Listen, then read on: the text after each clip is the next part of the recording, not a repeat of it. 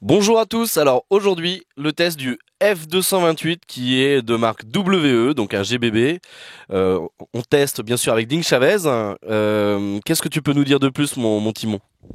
Alors c'est un super GBB, encore une fois, WE, donc une marque bien connue de tous les amateurs de PA, et donc Chevrolet 128 dans la droite ligne des produits WE.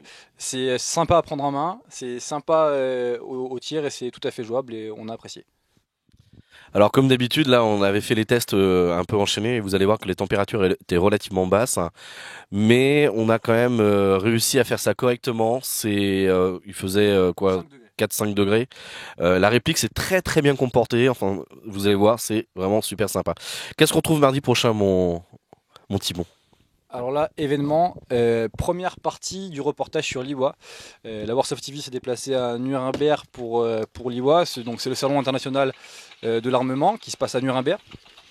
Et donc la première partie, on va nous retrouver notamment le gros stand Cybergun, le stand SRC aussi avec pas mal de belles nouveautés et plein de petits trucs, donc c'est de l'airsoft et puis autre chose. Et de toute façon, tu nous expliques tout ça très bien dans le reportage, donc je vous dis à la prochaine émission pour cette super vidéo. Let's go Warsoft TV! Hakuna Matata. Fun et fair play, bienvenue chez Centre Soft.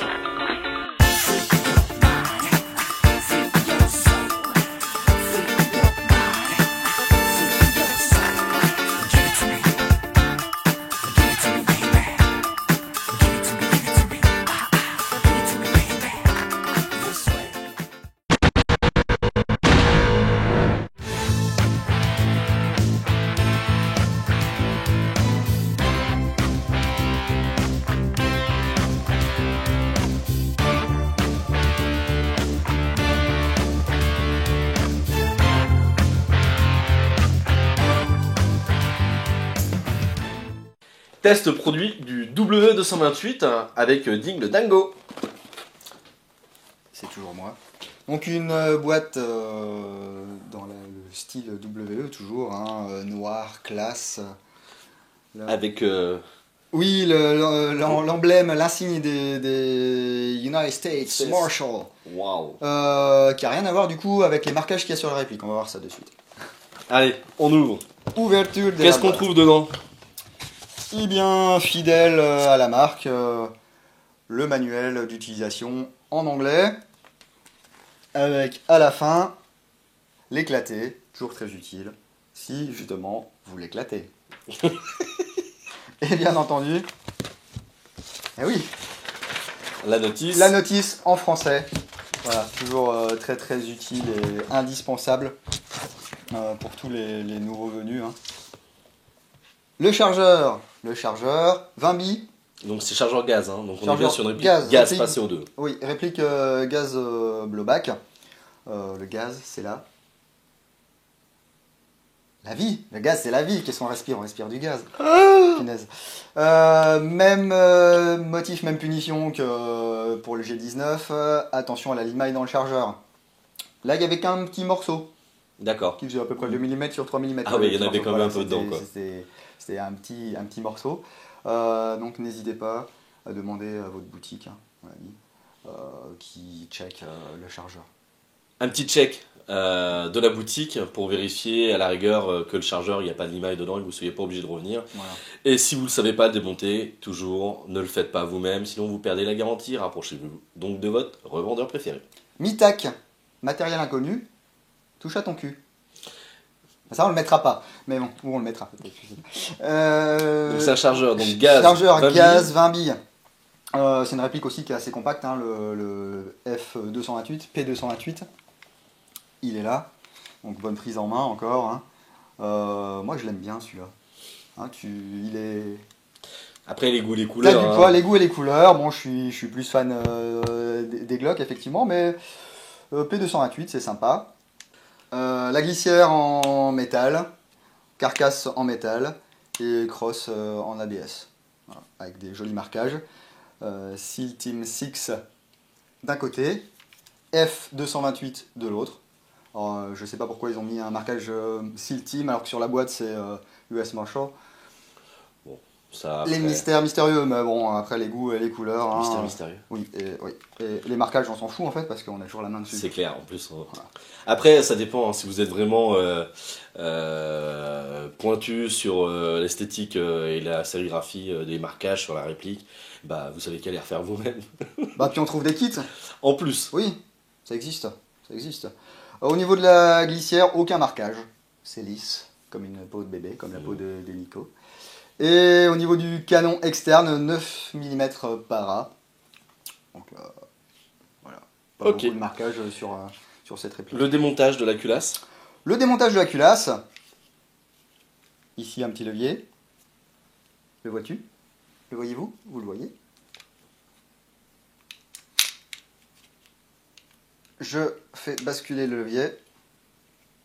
Voilà. Et d'accord, tout vient. Ok. Voilà. C'est surtout au remontage qu'il faut faire attention parce qu'il y a une petite technique. Donc carcasse. Donc tu vois, mécanique toujours bien huilée. Toujours bien graissé. Voilà. Ouais. Et l'intérieur, donc on a la tige guide, le ressort de rappel. Et le hop-up. Le hop-up qui se règle par une petite molette, une fois encore. Voilà. Mécanique, qui a l'air ma foi. Donc c'est bien en plus au niveau des réglages de hop-up parce qu'on n'est pas sur. Souvent il y a des hop-up de GBB où il faut une petite clé Allen. Bon, alors déjà à chaque fois pour faire des tests de précision, enfin du moins pour faire oui indirectement les tests de précision, à chaque fois démonter la culasse, et en plus avec la petite clé Allen c'est vraiment pas précis. Là au moins on est sur vraiment un réglage de hop-up avec, c'est pas compliqué, les petits crans, donc on a vraiment une position précise je dirais. Voilà.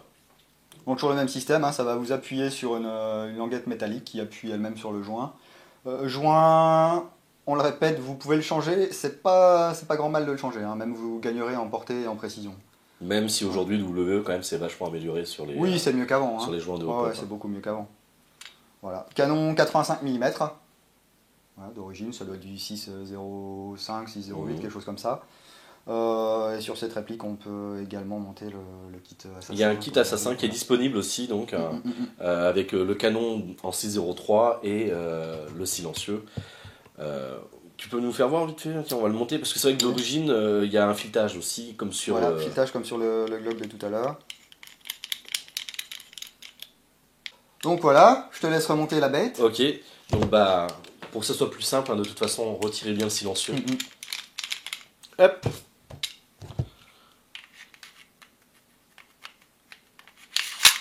Donc là, en effet, il y a une petite particularité.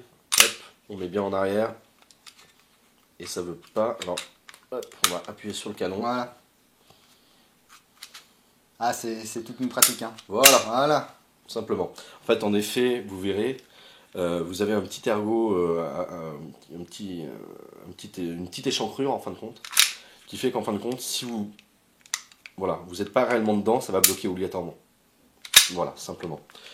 Ok. Et tu as vu qu'il y avait. Voilà, t'allais en parler, on allait en parler, il allait en parler. Tiens, je te laisse en parler. Bon, tu peux en parler. Et en fin de compte, si vous voulez, pour désengager, en fin de compte, enfin pas pour désengager, si c'est pour désengager le chien, en fin de compte, vous avez la possibilité, ça c'est sur toute la série des SIG en effet, vous avez une petite, comment on peut dire ça, une petite... un levier de désarmement. Un levier de désarmement, simplement, en fin de compte, hein, vous voyez le chien est engagé, et bing, hop, voilà.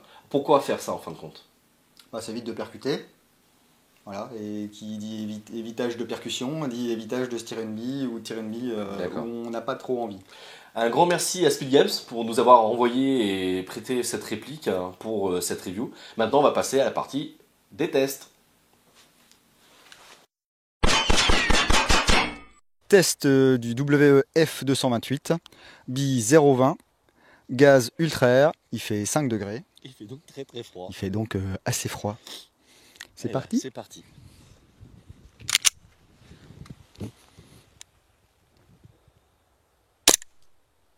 332, 326, 325, 323, 321. » Donc tu vois, avec le kit assassin, on gagne facilement 40 à 50 FPS par rapport au canon d'origine. D'accord, parce que tu l'avais toi testé en amont justement sans le kit assassin quoi. Absolument, oui. Et il sortait à peu près 280 FPS. Et là, en plus, ce qui est assez impressionnant, c'est qu'avec la température il fait quand même relativement froid, on a quand même quelque chose de régulier. Tout à fait. Ouais, bon, l'ultra c'est un gaz qui va, qui va jusqu'à 5 degrés. Là, on n'est pas trop embêté. Après, en dessous de 5 degrés, on va commencer à avoir des soucis. Il faudra passer à du green ou des choses comme ça. Maintenant, on passe Au test de précision. le test de précision. C'est parti.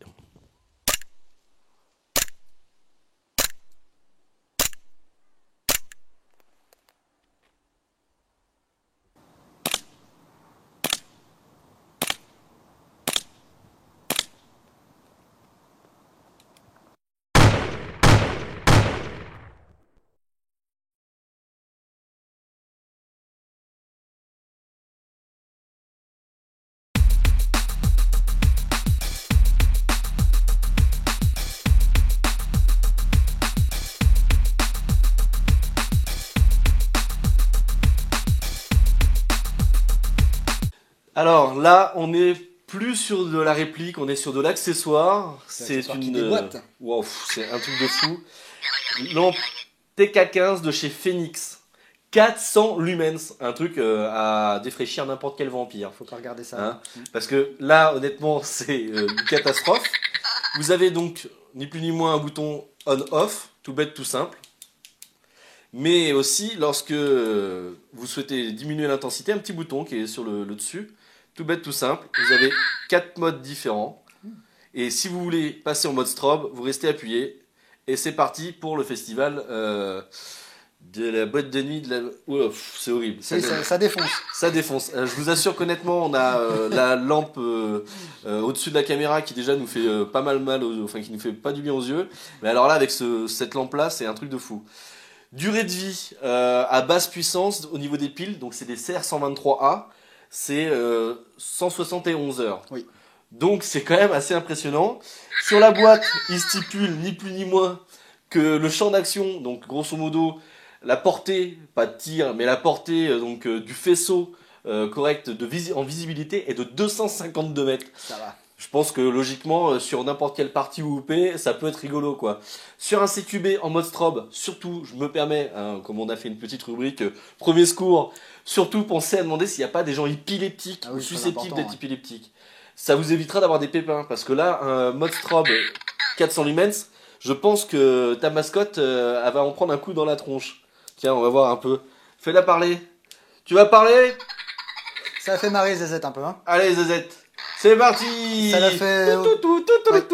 Oui, c'est vraiment une boîte de nuit. Pauvre bête. Alors, un truc aussi qui est sympa avec la TK15 Phoenix, hein, donc c'est que vous avez un switch qui est disponible.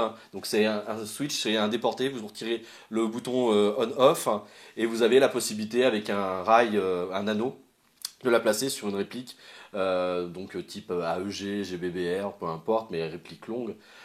Pour l'avoir avec un déporté à portée de main pour pouvoir l'allumer lorsque vous faites des pénétrations bâtiments.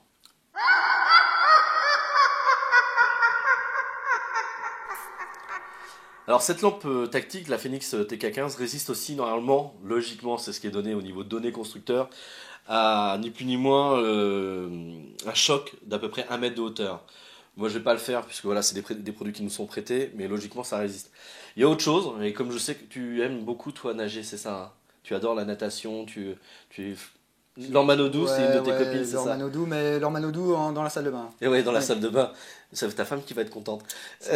Et en fait, passé, tout ça. ni plus ni moins, dans ta baignoire, tu pourras l'utiliser puisque ta baignoire ne fait pas plus de 2 mètres de profondeur. Non. Mais elle résiste à un peu plus de 2 mètres de profondeur. Ah, bien. Bon, enfin, ça c'est des trucs à la con, mais bon, c'est toujours important de le dire puisque ce sont les données constructeurs. Voilà, donc je tenais en tout cas à remercier Adiwan hein, parce qu'ils nous ont fait passer le petit produit. Bon produit, ouais. Ouais, c'est vraiment un bon produit. Ouais. Dedans, dans la boîte, il y a une petite housse. Petit regret, c'est la première chose qu'on a tous regardé, c'était savoir si c'était bon pour passer en molle. Je pense que c'est bon que pour si vous avez une ceinture. Après, il faut le bricoler, c'est pas compliqué à faire. Voilà, là vous avez ni plus ni moins l'emplacement pour la lampe. Hein.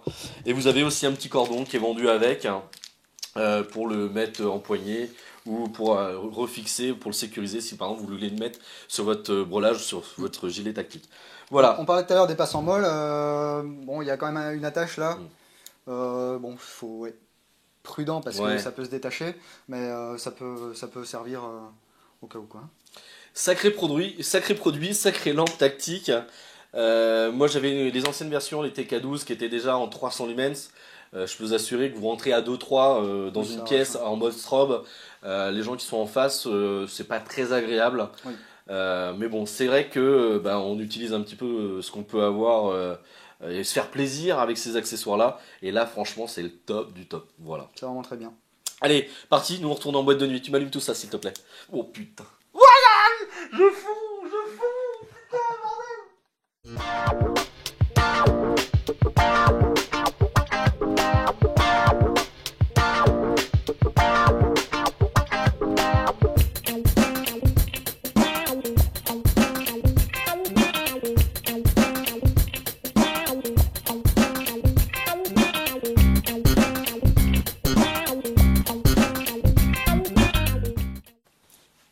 Allez, explique-nous un petit peu. Attends, on va la refaire parce que là tu m'as regardé comme un lémurien. Comme un lémurien. C'est ça. Non, c'est ça, regarde le lémurien. Ah oui, c'est vrai.